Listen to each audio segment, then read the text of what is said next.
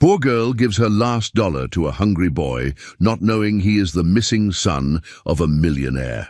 If you love heartwarming stories, subscribe to the channel and leave a like. It helps us keep sharing the power of kindness with the world. And tell us in the comments where you're watching from. The November wind cut through downtown Seattle like a knife, carrying the scent of rain and broken dreams. 6-year-old Sofia Martinez pressed herself deeper into the doorway of the abandoned storefront, her thin jacket doing little to shield her from the cold. Her stomach had been empty for 2 days now, gnawing at her insides like a hungry animal. In her small, dirty hand, she clutched a single crumpled dollar bill, her last hope for a meal. Sofia had found it that morning, wedged between garbage cans in the alley where she and her 16-year-old sister Sarah had spent the night. The busy street hummed with normal life, car engines, footsteps of people heading home to warm houses, distant laughter of children who had never known hunger. Sofia watched through the glass when she heard something that made her heart stop. Soft crying, barely audible above the street noise. She turned and saw him, a little boy, maybe 5 years old, sitting alone in a wheelchair just around the corner. His clothes were expensive and clean, but his face was streaked with tears. His dark hair was messy, and his green eyes were wide with fear. "Daddy? Daddy, where are you?" he called out in a small, broken voice. Sofia's empty stomach clenched, but not from hunger this time. She knew that look of being lost and scared. Without thinking, she stepped out of her hiding place and approached the boy. "Hey," she said softly, crouching down to his eye level. "Are you okay?" The boy looked up with those frightened green eyes. I can't find my daddy. We were talking to some men about work, and I rolled away just a little to look at the pretty lights, and now—" His voice broke into fresh sobs. Sofia felt her heart break. "When did you last eat?" "This morning," the boy sniffled, "but I'm so hungry now, and scared." Sofia looked down at the dollar in her hand. It was everything she had. Her only chance for food today. But looking at this little boy's tear-stained face, she knew what she had to do. "What's your name?" she asked. "Timothy, but everyone calls me Timmy." "Hi, Timmy, I'm Sofia." She smiled, the first real smile in days. "Your daddy is probably looking for you right now, and here." She pressed the crumpled dollar into his small hand. "There's a store right there. You can get crackers to help your tummy feel better." Timmy stared at the money, then back at Sofia. Even at 5, he could see her clothes were torn and dirty, that she looked hungrier than he felt. "But this is yours. You need it." Sofia shook her head, her dark eyes bright with determination. "Friends help friends, right? Sometimes being brave means giving up something you need to help someone who needs it more." "But you look hungry too," Timmy protested. "I'll be okay," Sofia lied, her voice steady. "Promise me you'll get food and stay here so your daddy can find you." Just as Timmy was about to respond, they heard heavy footsteps running toward them. A man's voice, deep and panicked, called out, "Timmy! Timmy!" Around the corner came a tall man in an expensive suit, his dark hair disheveled, his face a mask of terror and relief. When he saw Timmy, he dropped to his knees beside the wheelchair. "Thank God," he whispered, pulling Timmy into a fierce hug. "I turned around and you were gone." The man looked up and saw Sofia standing nearby. His businessman's eye immediately took in the scene, his well-dressed son holding a dollar bill and a little girl in ragged clothes backing away slowly. "Sir," Timmy said, "this is Sofia. She gave me her money so I could buy food because I was hungry and scared." The man's blue eyes shifted from his son to Sofia, and what he saw made his breath catch. This tiny girl, who clearly hadn't eaten in days, had given away what might have been her only money to comfort his son. As Sofia turned to slip away, Robert Harrison, CEO of Harrison Tech Industries, worth over $50 million, felt something crack inside his chest. He had just witnessed pure, selfless love that his money could never buy. And he knew this little girl had just changed both their lives forever. Sophia's heart was still pounding as she hurried down the busy sidewalk, weaving between evening commuters who rushed past without seeing her. She had learned how to make herself invisible, a survival skill that had kept her and Sarah safe since their world collapsed 13 months ago. She found her way back to the small alcove behind Murphy's diner, where Sarah had told her to wait. The smell of food drifting from the kitchen vents made her stomach clench so hard she had to sit down on the cold concrete. The dollar was gone. Her last dollar. But every time she thought about Timmy's scared face, she knew she'd done the right thing. That's what Mama had always taught her. You help others, even when you don't have much to give. Mama. Sophia closed her eyes and let herself remember. It had been October of last year when everything changed. Sophia was 5 then, just starting kindergarten.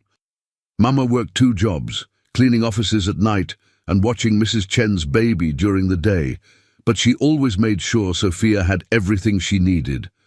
Their little apartment wasn't much, but it was warm and filled with Mama's singing. Papa had died when Sophia was 3, killed in a construction accident. After Papa died, it was just Sophia, Mama, and Sarah. Sarah was 15 then, smart and fierce, already talking about college. But then came that terrible October morning. The man in the suit knocked on their door with official papers and a serious face. When he started talking, Mama's hands went still in Sophia's hair. I'm sorry, Mum, but there's been an error in your husband's death benefits. The company has declared bankruptcy, and unfortunately, the lawsuit Papa's employer lost meant they owed millions. The insurance money that was supposed to take care of Sophia's family was gone. Not only gone, they now owed money back.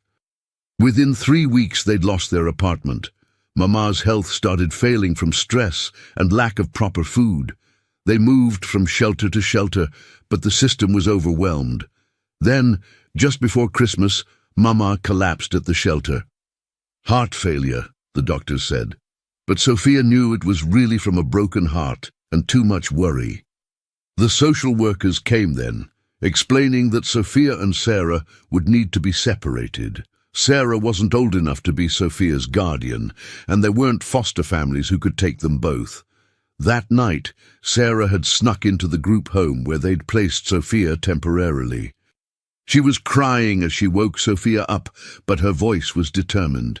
We're staying together, Pequeña Estrella, she whispered, using Papa's nickname. I promised Mama. No matter what happens, we don't get separated. They'd been on the streets ever since, Sarah doing whatever work she could find, both learning the hard lessons of survival. Sophia. Sarah's voice brought her back to the present. She looked up to see her sister approaching, her face tired but relieved.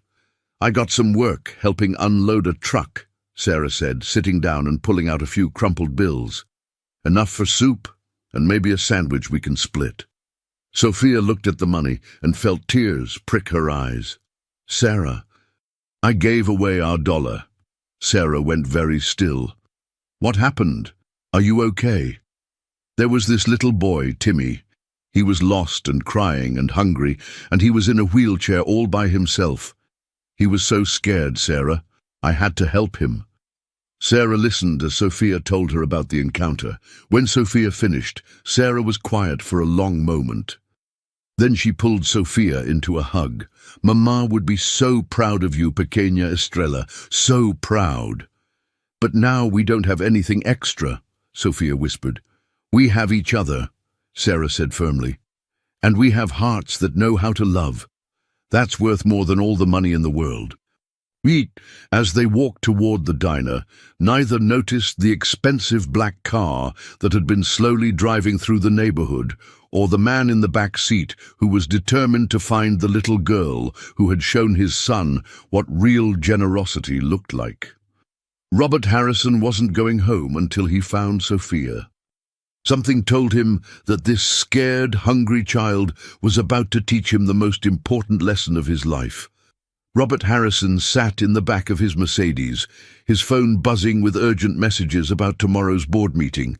But for once in his 38 years, business was the furthest thing from his mind. Through the tinted windows, he watched the Seattle streets where he'd been searching for 2 hours.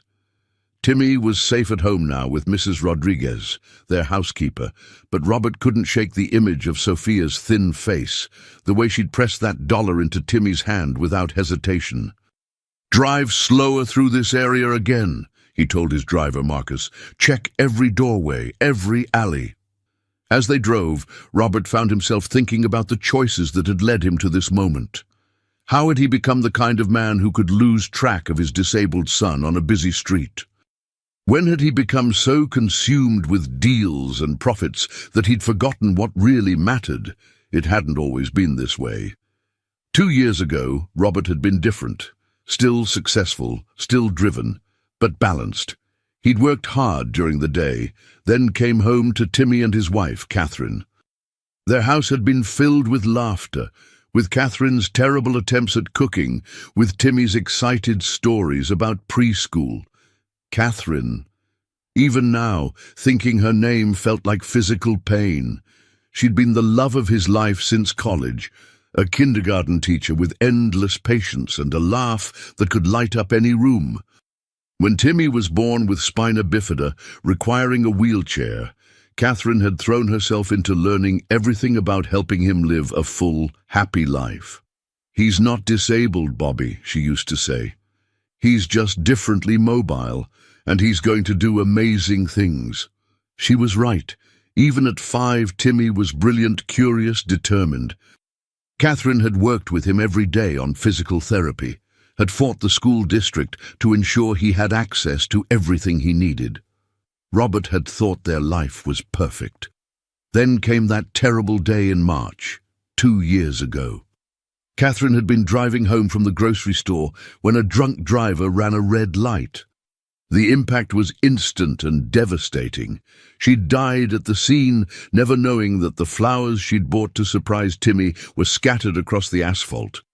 The funeral was a blur of casseroles and condolences, of well-meaning relatives who offered to take Timmy, of social workers who suggested that maybe a single father with such a demanding career couldn't properly care for a child with special needs. That's when something had hardened inside Robert. He'd become fiercely protective of Timmy, determined to prove they could make it alone. But instead of becoming a better father, he'd somehow become more distant, burying himself in work and coming home exhausted.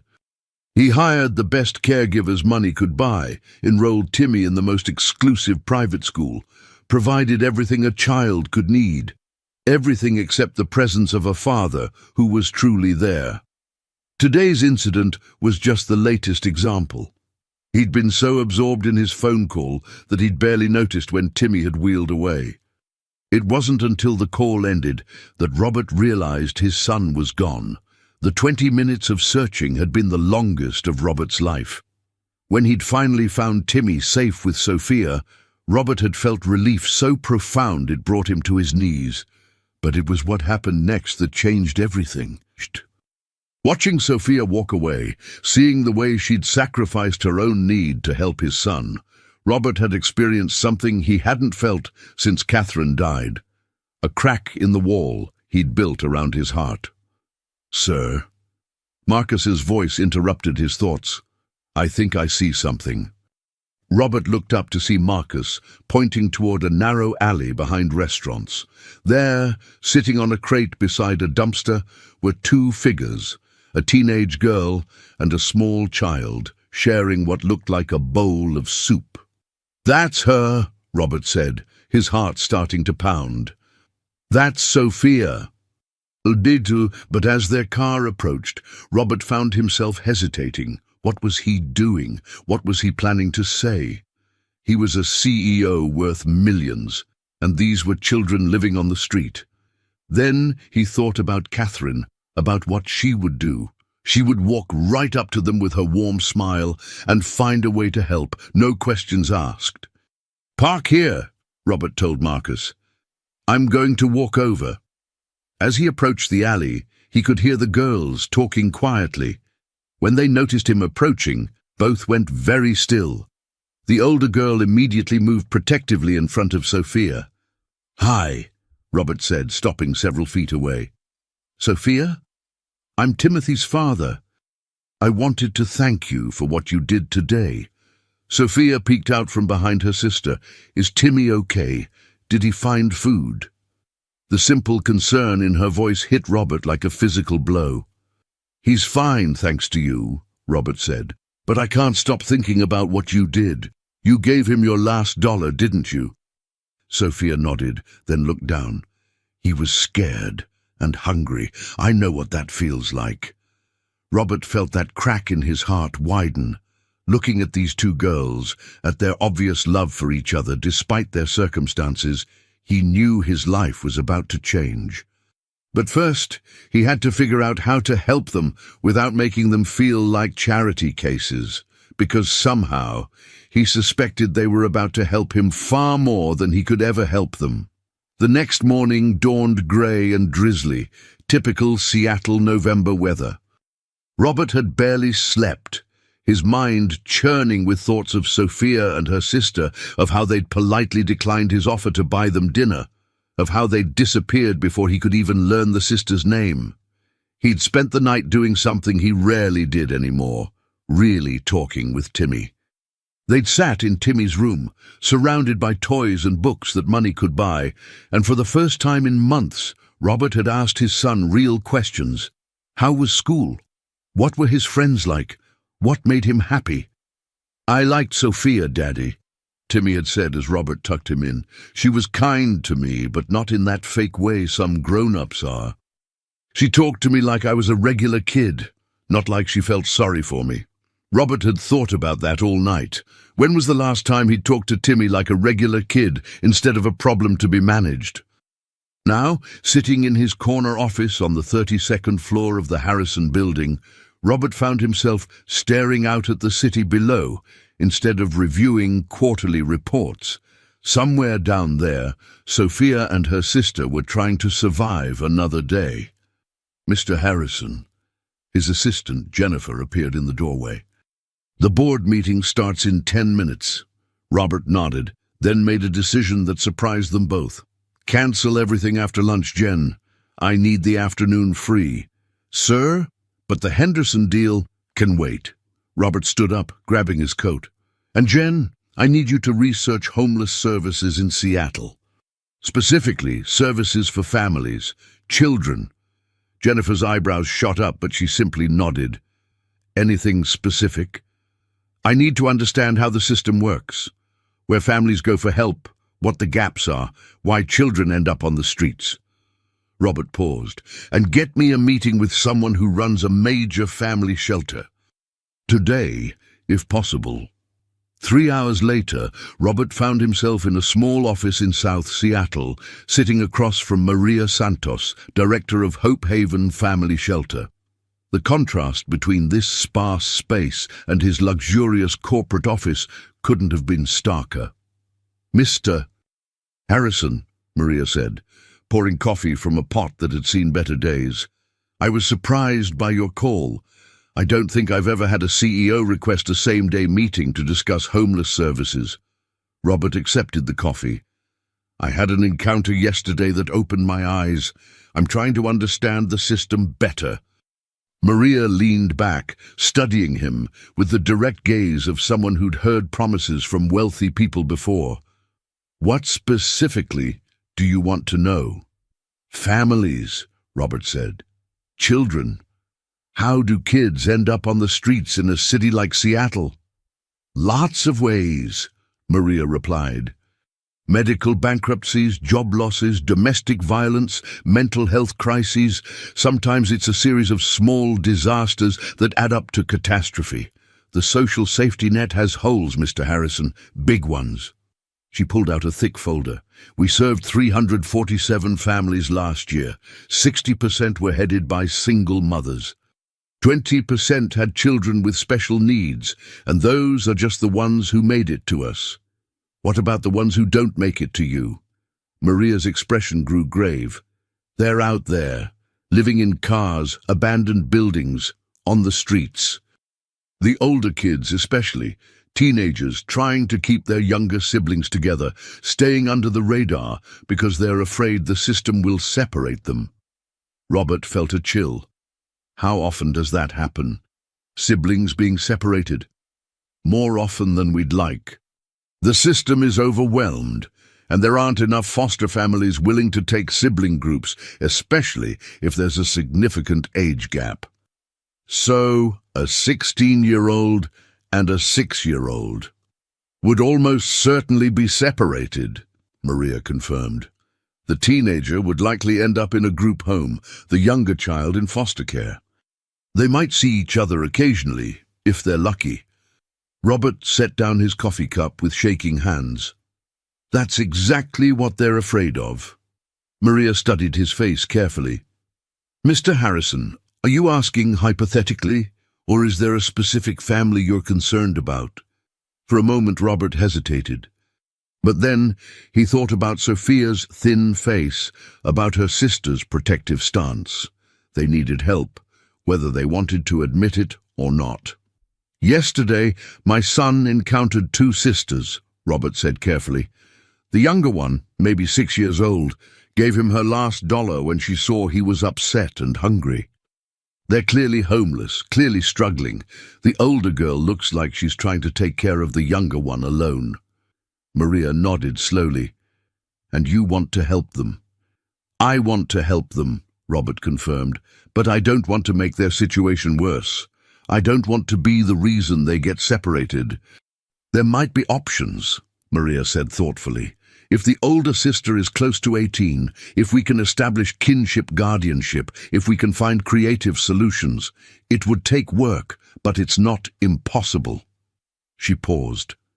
Have you considered that they might not want your help? These kids have learned to survive on their own. Trust doesn't come easy. Robert thought about Sophia's cautious eyes, the way her sister had stepped protectively in front of her. I know, but I have to try. My son came home yesterday changed by what this little girl did. She showed him something about kindness that I've been failing to teach him. He looked out the small window. And maybe, if I can help them, they can help me remember how to be the kind of father my son deserves. Maria smiled for the first time since he'd arrived. Mr. Harrison, I think we might be able to work together. But first, you have to find them again. And then you have to earn their trust. How do I do that? You start small, Maria said. You show up consistently. You don't try to fix everything at once. And most importantly, you let them know that helping them doesn't mean breaking them apart.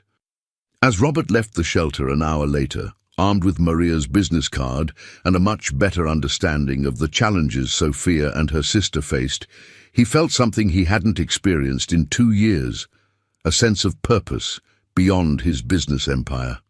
Finding Sophia again wouldn't be easy, earning her trust would be even harder. But for the first time since Catherine's death, Robert Harrison had a mission that felt like it might actually save his soul. It took Robert 3 days to find them again. 3 days of driving through neighborhoods where homeless families congregated, of visiting shelters and soup kitchens, of asking questions with patience he hadn't known he possessed. His assistant Jennifer thought he'd lost his mind, especially when he started canceling important meetings to personally search the streets.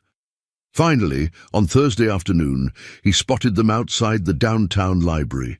Sophia was sitting on the front steps, reading a picture book, while her sister worked on what looked like homework, using the library's free internet. Robert parked across the street and simply watched for a while. He was struck by how normal they looked, how the older sister helped Sophia sound out difficult words, how they shared a single bottle of water. These weren't the stereotypical homeless people that society imagined. They were just 2 kids trying to maintain childhood under impossible circumstances. When he finally crossed the street, the older sister spotted him immediately. Robert could see her body tense, protective instincts kicking in. "Hi," he said, stopping a respectful distance away. Sophia, I'm Timothy's dad. We met a few days ago. Sophia looked up from her book, her face brightening. Oh, how is Timmy? Is he okay? He's fine, thanks to you, Robert replied. Actually, he's been asking about you. He wanted me to give you this. He pulled out a hand-drawn picture that Timmy had created, a crayon drawing of two stick figures sharing something between them, with "Thank you, Sophia" written across the top in careful 5-year-old handwriting. Sophia's eyes went wide as she took the picture. He drew this for me. He wanted you to know how much your kindness meant to him, Robert said. Then, addressing the older sister directly, he added, I'm Robert Harrison. I don't think we were properly introduced. The teenager studied him warily. Sarah Martinez, she said finally. And whatever you're thinking about doing, we're fine on our own. Robert could hear the steel in her voice, the fierce protectiveness of someone who'd learned that adults couldn't always be trusted. I'm sure you are, he said carefully. You're clearly doing an amazing job taking care of Sophia, but I was hoping. Would you let me buy you both lunch? No strings attached, I can't stop thinking about what Sophia did for Timmy. We don't need charity, Sarah said, her chin lifting defiantly. It's not charity, Robert replied. It's gratitude. There's a difference. Sophia tugged on her sister's sleeve. Sarah, I'm really hungry, and he seems nice. Timmy was nice too. Robert could see the internal battle on Sarah's face, pride warring with practical need, the desire to stay hidden, battling against exhaustion at carrying such a heavy burden alone. Finally, she nodded reluctantly. Just lunch, and somewhere public. They ended up at a small diner 6 blocks away, the kind of place with worn vinyl booths and comfort food at reasonable prices. Robert watched as both girls tried to appear casual while studying the prices, clearly calculating what they could afford if they had to pay their own way. Order whatever you want, he said gently, please. It would make me happy to see you enjoy a good meal. Sophia ended up with pancakes and bacon, her eyes practically glowing at such abundance. Sarah ordered more cautiously, a burger and fries, but Robert could see her barely contained relief when the food arrived hot and plentiful. They ate in relative silence for the first few minutes, both girls focused with the intensity of people who never knew when their next meal might come. Robert found himself thinking about Timmy's often half-finished dinners, how his son took abundance for granted. How long have you been in Seattle? Robert asked eventually, keeping his tone conversational. Always, Sophia said around a mouthful of pancakes. We were born here. Sarah shot her a warning look, but Sophia continued innocently.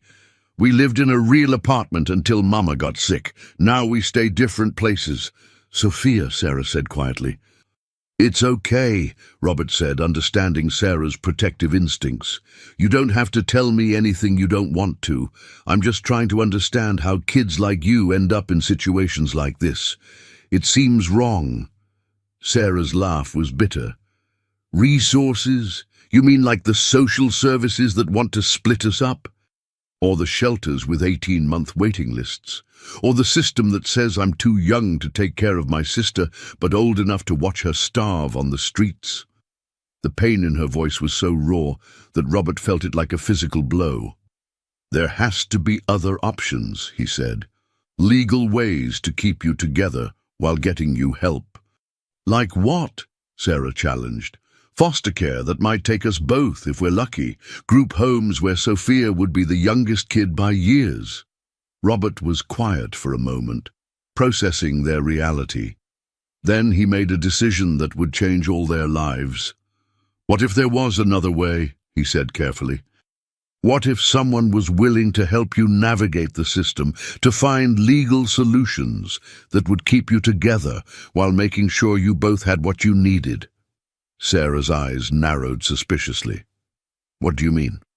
I mean, Robert said, choosing his words carefully, that I've spent the last few days learning about homeless services in this city. I've talked to social workers, shelter directors, family advocates, And I've learned that there are options. If you have someone willing to help you access them, why would you want to help us? Sarah asked bluntly. You don't know us? Robert looked at Sophia, who was listening with wide, curious eyes, then back at Sarah. Because your sister saved my son in ways you can't imagine, not just from being lost and hungry, but from something deeper. She showed him what real kindness looks like. And she showed me what kind of father I want to be. He paused. And because I lost my wife 2 years ago, and I know what it feels like when your family gets broken apart. The difference is, I had money and resources to rebuild. You shouldn't have to face this alone just because you don't. Sarah stared at him for a long moment, and Robert could see tears threatening. Even if you mean well, she said finally, what can you really do? The system is the system. The system works better when you have good lawyers and people who know how to navigate it, Robert replied. And when you have stable housing while you're working through the process. You're talking about taking us in? Sarah asked, disbelief sharp in her voice. I'm talking about helping you, Robert said. Whatever that looks like, my house has plenty of room. Sophia and Timmy could be friends. You could finish high school, maybe start thinking about college, and we could work together to make sure you have legal custody of Sophia when you turn 18. Sophia had been listening with growing excitement. Sarah, she said, remember what Mama used to say? Sometimes angels don't have wings. Sometimes they just have kind hearts. Sarah looked at her little sister, then back at Robert, and he could see hope beginning to war with fear in her expression. This is crazy, she whispered. People like you don't help people like us. Maybe it's time that changed, Robert said quietly. As they sat in that small diner, with afternoon light streaming through windows and the sounds of normal life flowing around them, Robert felt something shift in the universe. He couldn't promise it would be easy, couldn't guarantee there wouldn't be challenges ahead. But for the first time in 2 years, he felt like he was exactly where he was supposed to be, doing exactly what he was meant to do. And judging by the cautious hope beginning to bloom in Sarah's eyes, maybe she was beginning to feel the same way. That evening, Robert found himself doing something he hadn't done in months, cooking dinner with Timmy. They stood in their massive kitchen, surrounded by granite countertops and professional-grade appliances that usually went unused, making grilled cheese sandwiches and tomato soup. So Sophia and Sarah might come live with us. Timmy asked for the 3rd time, his excitement barely contained as he carefully spread butter on bread. It's complicated, buddy, Robert replied, watching his son's concentration. They're going to come visit tomorrow, and we're all going to talk about what might work best for everyone. But you want them to stay, right, Daddy? Timmy looked up with earnest green eyes that were so much like Catherine's. Sophia was really nice to me, and she looked so sad when she gave me that money. I want to make her happy. Robert felt his heart clench. When had his son become so thoughtful, so aware of others' pain? Had that compassion always been there, waiting for Robert to notice? I want to help them, Robert said carefully, but it's not that simple. Sarah is very protective of Sophia, and they've learned to take care of themselves. They might not want our help. Why wouldn't they want help? Timmy asked, innocent confusion evident. Robert considered how to explain trust and pride and fear to a 5-year-old. Sometimes, when people have been hurt by grown-ups, it's hard for them to believe that someone really wants to help without wanting something back. But we don't want anything back, Timmy protested. We just want to be friends. I know that, and you know that, Robert said, flipping their sandwiches, but they don't know that yet. We'll have to show them. The next afternoon, Sarah and Sophia arrived at the Harrison house with visible nervousness. Robert had sent his driver to pick them up from the library, and he could see through the front window as they approached, Sarah holding Sophia's hand tightly, both taking in the sprawling Tudor-style house with its perfectly manicured lawn. Robert opened the door before they could knock. "Hi," he said warmly. "I'm so glad you came." Sophia immediately looked around for Timmy, her face lighting up when she saw him wheeling toward them. "Timmy, you have such a big house." "Want to see my room?" Timmy asked excitedly. "I have a really cool train set and books, and my daddy says you can play with anything you want." Udi, while the younger children headed off together, chattering happily, Robert led Sarah into the living room.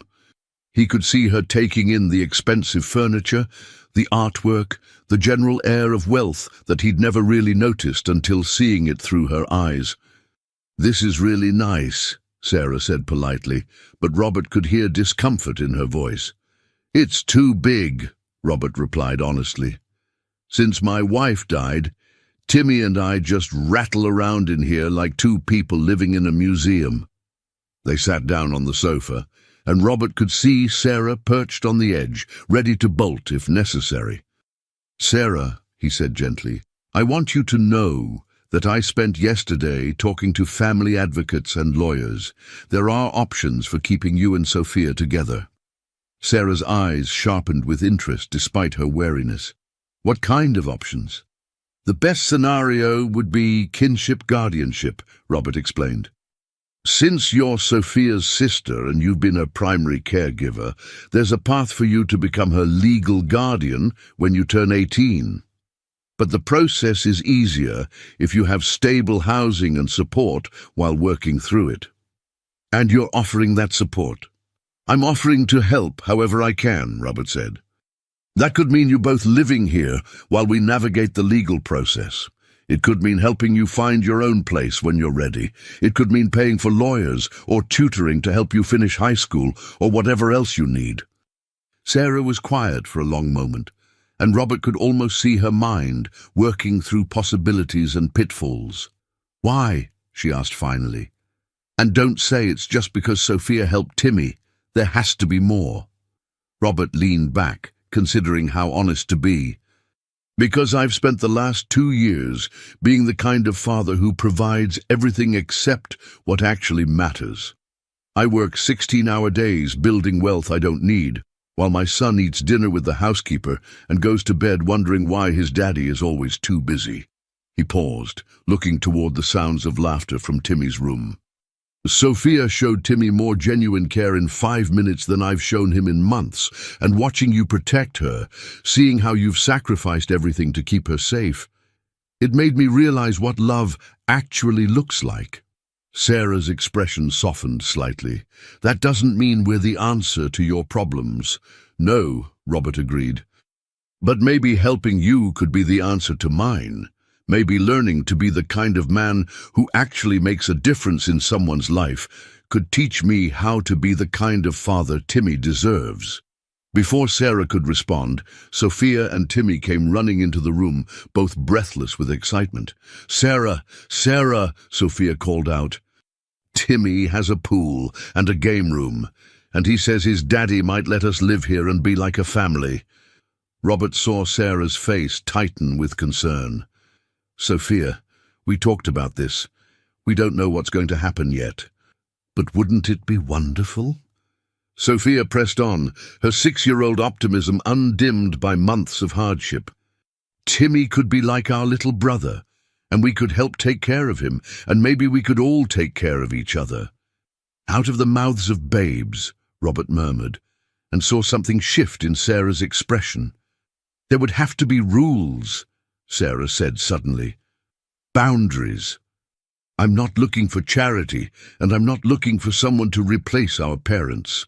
Sophia and I are a family, just the two of us." "I understand that," Robert replied, "and I respect it. But maybe families can grow. Maybe there's room for all of us to help each other." Sarah looked at Sophia, who was practically vibrating with hope, then at Timmy, who was looking at them all with innocent faith. Finally, she looked back at Robert. "If we did this," she said slowly, "if we agreed to try this, it would be temporary. Until I turn 18, until I can officially be Sophia's guardian, until we can figure out our own way." "Of course," Robert agreed, though something in his chest hoped that temporary might become something more permanent. And we pay our own way somehow. I'm not a charity case. You could help with Timmy, Robert suggested. I travel for business sometimes, and Mrs. Rodriguez isn't getting any younger. Having someone here who genuinely cares about him would be worth more than money to me. And Sophia and I stay together no matter what happens. That's non-negotiable, Robert confirmed. That's the whole point. Sarah took a deep breath, and Robert could see her making perhaps the most difficult decision of her young life, the choice to trust someone else after months of relying only on herself.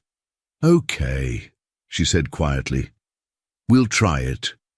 But if it doesn't work out, if you change your mind, if things get complicated, then we figure it out together, Robert finished. All of us.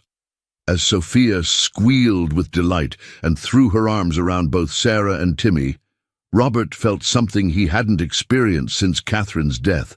The sense that his house might actually become a home again, but he also knew this was just the beginning. The real work, learning to trust each other, building a family from broken pieces, navigating the legal and emotional challenges ahead, was still to come. Looking at these three children, all of them scarred by loss in different ways but still capable of such hope, Robert made a silent promise. Whatever it took, however long it took, he was going to make this work. For Sophia, who had taught his son about generosity. For Sarah, who had shown him what real strength looked like. For Timmy, who deserved to see his father become the man he was meant to be. And maybe, just maybe, for himself, to prove that second chances were possible, that broken families could heal, and that sometimes the most important things in life came disguised as small, hungry children who were brave enough to give away their last dollar to help a stranger. The first week in the Harrison house felt like a fairy tale Sophia was afraid might disappear. She had her own bed with clean sheets and more food than she could eat. But the best part was watching Timmy's face light up every morning. "Sophia! Sophia!" Timmy would call out, wheeling toward her with pure joy. Mrs. Rodriguez had taken to both girls immediately. "Mija," she'd said when Sophia offered to help cook, "this kitchen has been too quiet for too long." While Sophia adapted with childhood resilience, Sarah struggled. Every luxury felt like debt she couldn't repay. It all came crashing down on a rainy Thursday morning in early December. Robert had left for Portland, promising to return by dinner. Sophia and Timmy were playing when the doorbell rang. Sarah heard official voices in the hallway. Her blood turned to ice. "Is this the Harrison residence?" a woman asked. "I'm Janet Morrison from Child Protective Services. We received a call about 2 minors living here without proper documentation." Sarah forced her voice to stay calm as she told Sophia and Timmy to keep playing. She walked to the hallway where Mrs. Rodriguez spoke with a stern woman in a business suit and a police officer. "You must be Sarah Martinez," Ms. Morrison said. "I need to speak with you about your living situation." "We're fine here," Sarah said, lifting her chin despite her fear. "Mr. Harrison is helping us." "Mr. Harrison isn't here," Ms. Morrison replied. "You're an unaccompanied minor with no legal guardianship of your sister. This arrangement isn't legally sound." "What does that mean?" "We need to place both of you in appropriate care while we sort this out," the officer said gently. "No, we're not going anywhere. We're safe here." Ms. Morrison's expression softened, but remained firm. "Mr. Harrison should have contacted our office before taking you in. There are procedures."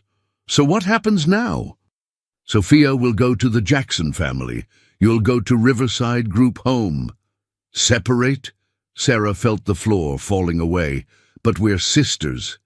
"I'm sorry, but that's not possible right now." Sophia and Timmy appeared around the corner, faces confused and frightened. "Sarah!" Sophia's small voice cut like a knife. "What's happening?" Before Sarah could answer, Ms. Morrison stepped forward. Sophia, honey, we're here to help you find appropriate homes. But we have a home, Sophia said, moving closer to Sarah. Sophia looked from Ms. Morrison to Sarah, understanding dawning. They want to separate us, don't they? Sarah dropped to her knees and pulled Sophia into a fierce hug. Listen to me, pequeña Estrella. No matter what happens, I will find you. I promise. Timmy wheeled forward. You can't take them. They're our family now. Miss Morrison remained professional, but then car doors slammed outside. Robert's Mercedes was in the driveway. Robert burst through the front door, taking in the scene. What's going on here? Mr. Harrison, I'm Janet Morrison from Child Protective Services. We need to discuss your housing arrangement with these minors. Robert's jaw tightened. And you couldn't have called. You had to come here and terrify these children? For the next hour, Robert made phone calls with the intensity of a man used to solving problems quickly. He called his lawyer, a family court judge, Maria Santos, from the shelter. Finally, Robert emerged. I'm filing for emergency guardianship of both girls. Judge Williams is expediting the hearing for Monday morning. Ms. Morrison looked skeptical. That's highly irregular. But legal, Robert cut her off, and until Monday, the girls stay here. After more discussion, the CPS workers finally left, warning that Monday's hearing would determine permanent placement. Sophia burst into tears and ran to Robert. Thank you for not letting them take us. Robert gathered both girls into his arms. Nobody is taking you anywhere. We're going to fight this together, as a family. The weekend passed in legal preparation and tense anticipation. Robert's lawyer, David Chen, spent Saturday preparing their case. The good news, David explained privately, is that you have resources and a clean background. The judge knows you. And the bad news? You've known these girls for 2 weeks. Someone called this in to CPS. Someone doesn't want these girls with you.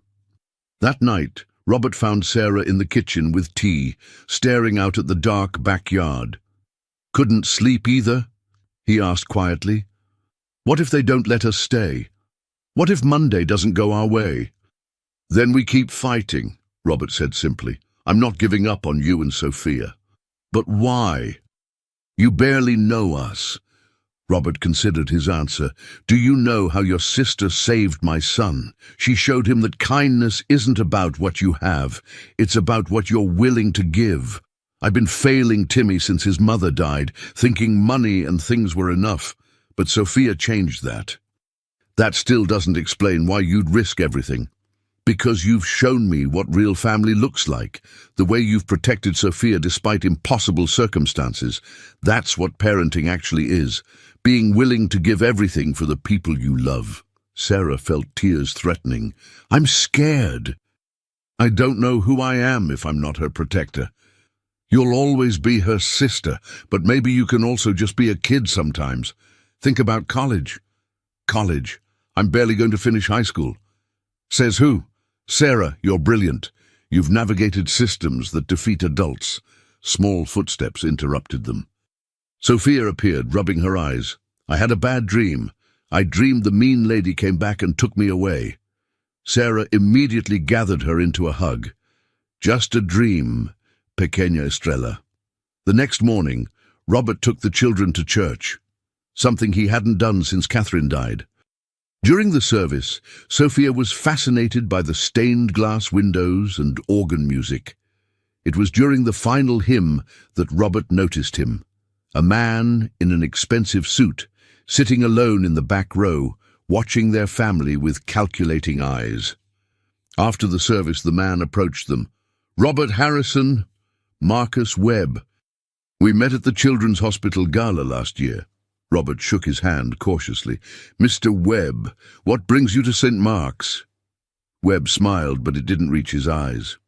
I heard you were here with some new family members. Sarah immediately stepped closer to Sophia. Robert put his hand on Sophia's shoulder. These are my daughters, Robert said firmly. Sarah and Sophia. Webb's smile widened. How wonderful. And so sudden. Just last week, you were a single father struggling with work and parenting. Now suddenly you have 2 daughters? Families come together in many ways, Robert replied carefully. Indeed. Well, I hope everything works out. Sometimes the system has its own ideas about what's best for children. As Webb walked away, Sarah grabbed Robert's arm. Do you know him? We've met, Robert said grimly. He's on the board of several children's charities, very connected in family court circles. You think he called CPS? Robert watched Webb drive away. I think tomorrow's hearing just became a lot more complicated. Monday morning arrived grey and cold. Robert had barely slept, reviewing David Chen's notes and preparing for every scenario. The household was already awake at 7 a.m. Sophia wore a simple blue dress Mrs. Rodriguez had bought over the weekend. Do I look okay? Sophia asked nervously. I want the judge to see that I'm a good kid. You look perfect, mija, Mrs. Rodriguez said, emotional, like the little angel you are. The courthouse was imposing grey stone designed to intimidate. Sophia slipped her hand into Robert's as they walked through metal detectors. Judge Williams was a woman in her early 60s, with silver hair and intelligent eyes. This is an emergency hearing for temporary guardianship, Judge Williams announced. Mr. Harrison, you're seeking custody of Sarah Martinez, 16, and Sophia Martinez, 6. Yes, Your Honor, Robert replied. David Chen presented their case. Robert's financial stability, clean background, the children's preference to stay together, the trauma separation would cause. Sarah Martinez has been Sophia's primary caregiver for over a year. They have a parent-child relationship that should be preserved. Ms. Morrison responded, Mr. Harrison is essentially a stranger to these children.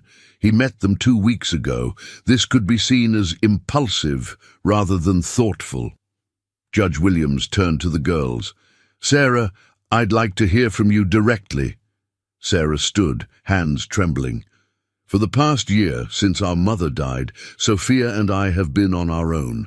When we met Mr. Harrison, he offered us a chance to be a real family again.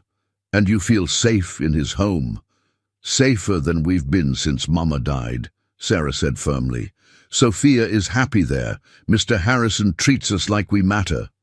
Sophia, how do you feel about living with Mr. Harrison? Sophia stood on her chair to see over the table. He's really nice, and he makes sure I have food every day, and Timmy is like the little brother I always wanted. Do you want to stay there? Yes, please, Sophia said earnestly. I want Sarah and me to stay together. And I want Mr. Robert to be like our daddy because he loves us and we love him. The courtroom door opened. Marcus Webb entered with an older woman in an expensive suit. Your Honor, the woman announced, I'm Victoria Webb, representing the Webb Foundation. We have information relevant to this case. She approached with a folder. Our foundation has identified an excellent foster family equipped to take both girls together. The Hendersons, who have successfully fostered sibling groups. Robert's mind raced. Webb had arranged an alternative placement overnight. Robert stood up. Your Honor, may I speak? 2 weeks ago I was a father failing his own son. Then Sophia gave him her last dollar because she saw he was scared and hungry. That act showed me what real family looks like. Not the family you're born into, but the family you choose to love and protect. He looked at the girls. Sarah has been Sophia's protector for a year. She's 16 and has never once failed that little girl. If that's not family, I don't know what is, Judge Williams considered silently. I'm ordering a 2-week evaluation period. The girls will remain with Mr. Harrison while a social worker conducts a home study. We'll reconvene to make a permanent decision. As they left the courthouse, Marcus Webb caught up with them. Interesting presentation, Harrison, he said smoothly. I hope you're prepared for what comes next. Webb's smile was cold. In 2 weeks, when this fantasy falls apart, those girls will need somewhere stable to land. Robert felt a chill. Whatever Webb's agenda was, he would stop at nothing to separate their family. The social worker assigned to evaluate their home was Dr. Grace Kim, who arrived Wednesday with a clipboard, a kind smile, and a reputation for being thorough. Robert had researched her extensively, 20 years of experience, a PhD in child psychology, and a track record of making decisions based on what was truly best for children. The evaluation process will take place over the next 10 days, Dr. Kim explained as she sat in the Harrison living room. I'll be observing family interactions, interviewing each of you separately, and assessing the home environment. Sophia raised her hand like she was in school. Are you going to decide if we can stay? Dr. Kim's expression softened. I'm going to help the judge understand what's best for you and Sarah. Over the next few days, Dr. Kim became a quiet presence in their household. She observed Robert helping Timmy with physical therapy while Sophia cheered from the sidelines. She watched Sarah patiently tutoring Timmy in reading while Robert prepared dinner. She noted how naturally the children gravitated toward each other. But Robert could also see her taking note of challenges. Sophia still had nightmares about being separated from Sarah.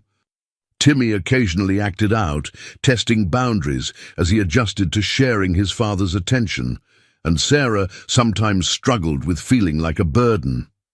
On Friday afternoon, while the children were at school, Dr. Kim sat down with Robert for a private interview.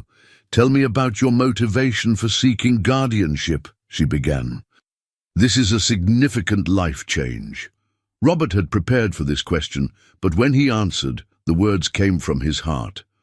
I've been sleepwalking through fatherhood since my wife died, working too much, providing everything except what mattered most, my presence. Sophia and Sarah woke me up to what I was losing. Some might say that taking in 2 traumatized children isn't the best way to address your own parenting challenges. They'd probably be right, Robert admitted. But sometimes life doesn't wait for perfect timing. Sometimes it just puts people in your path who need you, and you have to decide whether you're brave enough to need them back. Dr. Kim made notes. What concerns do you have about your ability to parent 3 children? All of them, Robert said honestly. I worry that I'm not equipped for this, that my resources can't replace real parenting skills, that I'm being selfish, wanting to keep them because they make me feel better about myself. And yet you're still here. Because despite all my concerns, I've watched these kids bloom over the past 3 weeks. Sophia is reading chapter books now. Sarah's enrolled in online classes to finish her GED and talks about college like it's actually possible. And Timmy has become the kind, generous kid his mother always believed he could be. That evening, Dr. Kim interviewed Sarah privately while Robert helped the younger children with homework. This is a very comfortable home, Dr. Kim observed. Very different from what you're used to. Sarah nodded, perched on the edge of the expensive sofa. It's beautiful. Sometimes I feel like I'm going to break something just by being here. Tell me about your relationship with Mr. Harrison. He's not trying to replace our parents. He knows that's impossible, but he's giving us a chance to have a family again, in a different way. Do you feel pressure to be grateful, to act a certain way because he's providing for you? At first, maybe, Sarah admitted. But he doesn't want us to be different than who we are. He says our experiences make us stronger and more compassionate. He doesn't want to erase our past. He wants to help us build a future. What would happen if this placement doesn't work out? Sarah's composure cracked slightly. Sophia and I go back to the system. Probably get separated this time, since there aren't many families willing to take a teenager and a little kid together. Is that why you want to stay here? No, Sarah said firmly. I want to stay here because this feels like home. Because when Sophia has nightmares, Timmy sits with her and tells her stories. Because Mr. Harrison doesn't just provide for us, he sees us, really sees who we are and who we could become. On Saturday, while Robert was at the office, Dr. Kim spent time alone with the children. She found them in the playroom, where Sophia and Timmy were building an elaborate blanket fort, while Sarah read nearby. "What are you building?" Dr. Kim asked. "A family house," Sophia announced proudly. "It has room for everyone, me and Sarah and Timmy and Mr. Robert and Mrs. Rodriguez." Timmy nodded enthusiastically. "Sophia says every family needs a safe place where everyone belongs." "That's very wise," Dr. Kim said. "Sophia, what makes a place feel safe to you?" Sophia considered this seriously. "When the people there love you, even when you're scared or sad or hungry, and when they don't try to send you away just because taking care of you is hard sometimes." "Has anyone ever tried to send you away when things were hard?" "Before we came here," Sophia said quietly, "some people said Sarah was too young to take care of me. They wanted to put us in different places, but Sarah never gave up on me, not even when we had to sleep outside." Dr. Kim turned to Timmy. "What's it like having Sophia and Sarah live here?" "It's the best thing ever," Timmy said without hesitation. "Sophia teaches me Spanish words, and Sarah helps me with homework, and Daddy is happier now. He smiles more and doesn't work on his computer after dinner." "Do you miss how things were before?" Timmy thought carefully. "I miss Mommy," he said finally. "But I don't miss being sad all the time. Before Sophia and Sarah came, me and Daddy were sad a lot, but we pretended we weren't. Now we don't have to pretend anymore." Later that evening, after Dr. Kim had left, Robert found Sarah in the kitchen making hot chocolate for everyone, one of their new family traditions. "How do you think it's going?" Sarah asked quietly. "I think Dr. Kim is trying to understand what's really best for you and Sophia," Robert replied.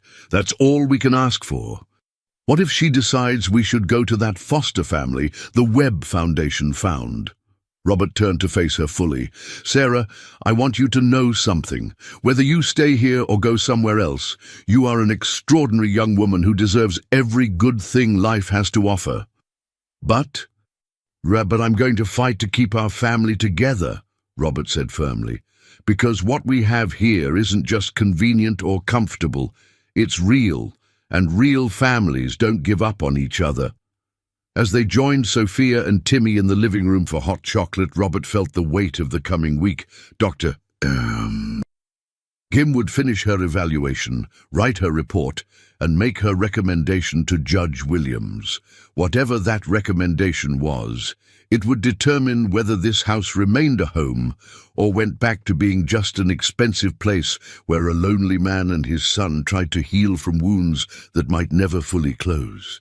But looking at these three children laughing together, Robert knew that regardless of what happened next, they had already accomplished something remarkable.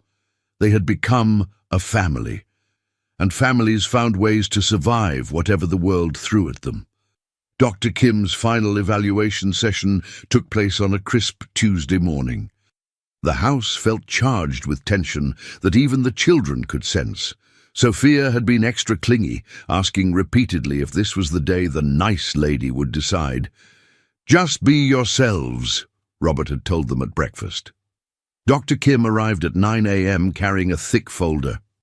She spent the morning observing their routines, Robert helping Timmy, Sarah packing lunches, Sophia reading to Timmy. "Before I finish my report," Dr. Kim said after the children left for school, "I have questions about your long-term plans."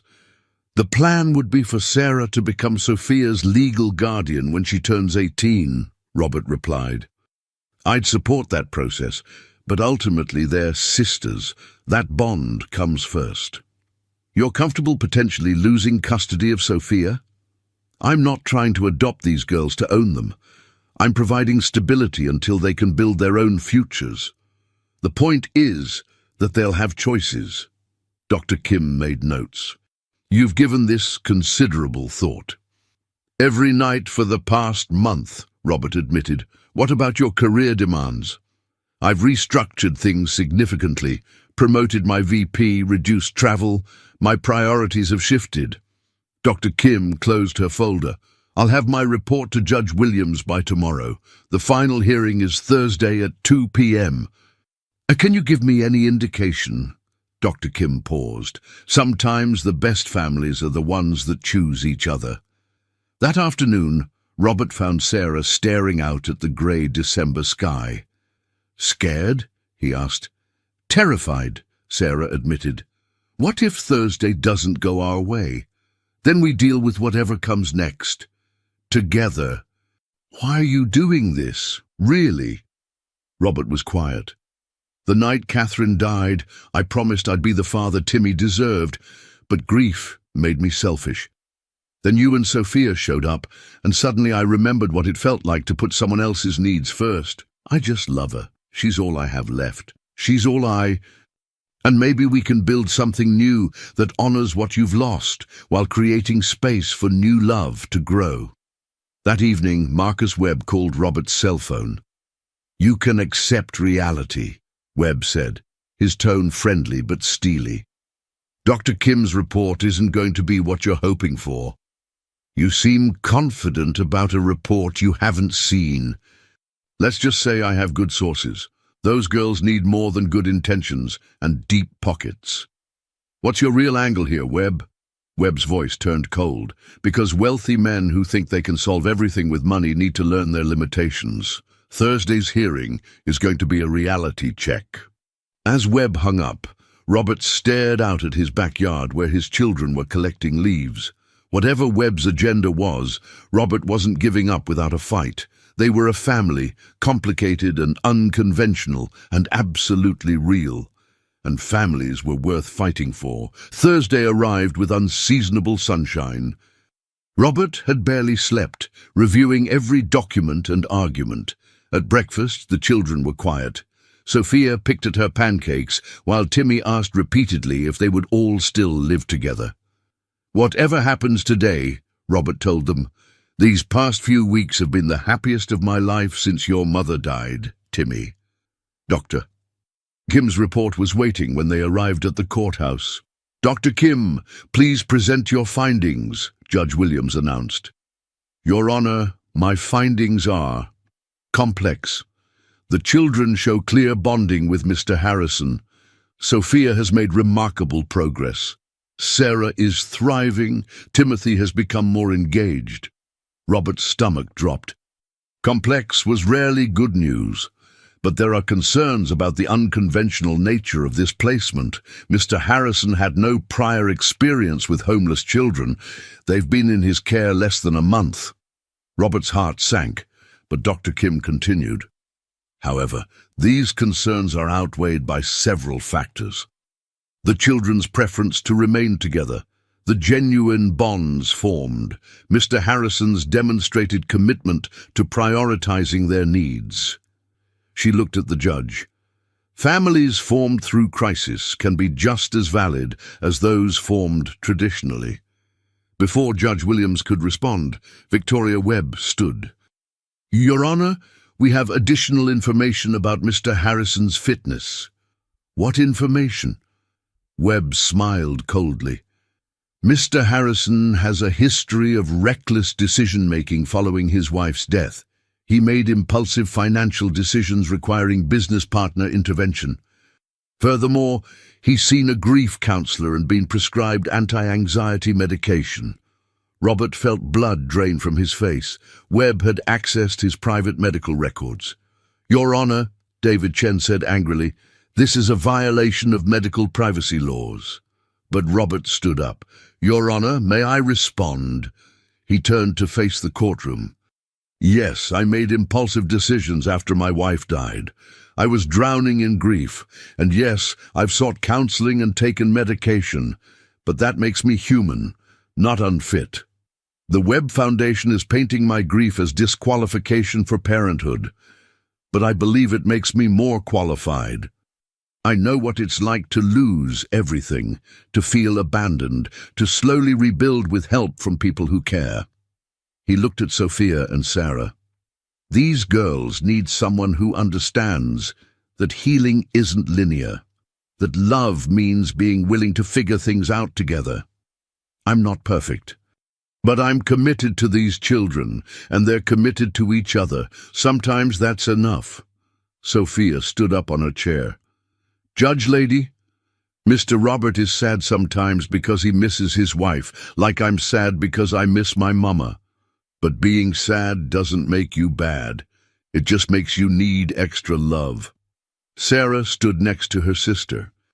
"We know what it's like to be shuffled around, to be seen as problems rather than people. Mr. Harrison sees us as family." Timmy wheeled forward. "Sophia saved me when I was lost. Now I want to save her back by being her brother forever." Judge Williams looked around the courtroom at the family formed from broken pieces. "In 30 years on this bench, I've learned that families aren't defined by how they begin, but by how they choose to love and protect each other." She smiled. "I'm granting permanent guardianship to Robert Harrison, with the understanding that Sarah Martinez will transition to legal guardianship of Sophia when she reaches 18. The courtroom erupted. Sophia squealed and launched herself at Robert. Sarah burst into tears of relief. Timmy cheered and spun his wheelchair. As they left the courthouse, Marcus Webb caught up with them. "This isn't over, Harrison," Webb said quietly. "Families like yours don't last." Robert looked at his children laughing on the courthouse steps. "You're wrong," he said firmly. "Families built on love last forever." Udum. As they drove home through the Seattle streets where Sophia had once given away her last dollar, Robert realized that sometimes the most important things came disguised as chance encounters, as moments of pure generosity, as children brave enough to love again. Their family had begun with an act of kindness from a hungry little girl who chose to help rather than hoard. It had survived because they'd learned that real family means never giving up on each other. And as they pulled into the driveway of the house that had finally become a true home, Robert knew that some stories had endings so beautiful they felt like new beginnings. This was one of those stories.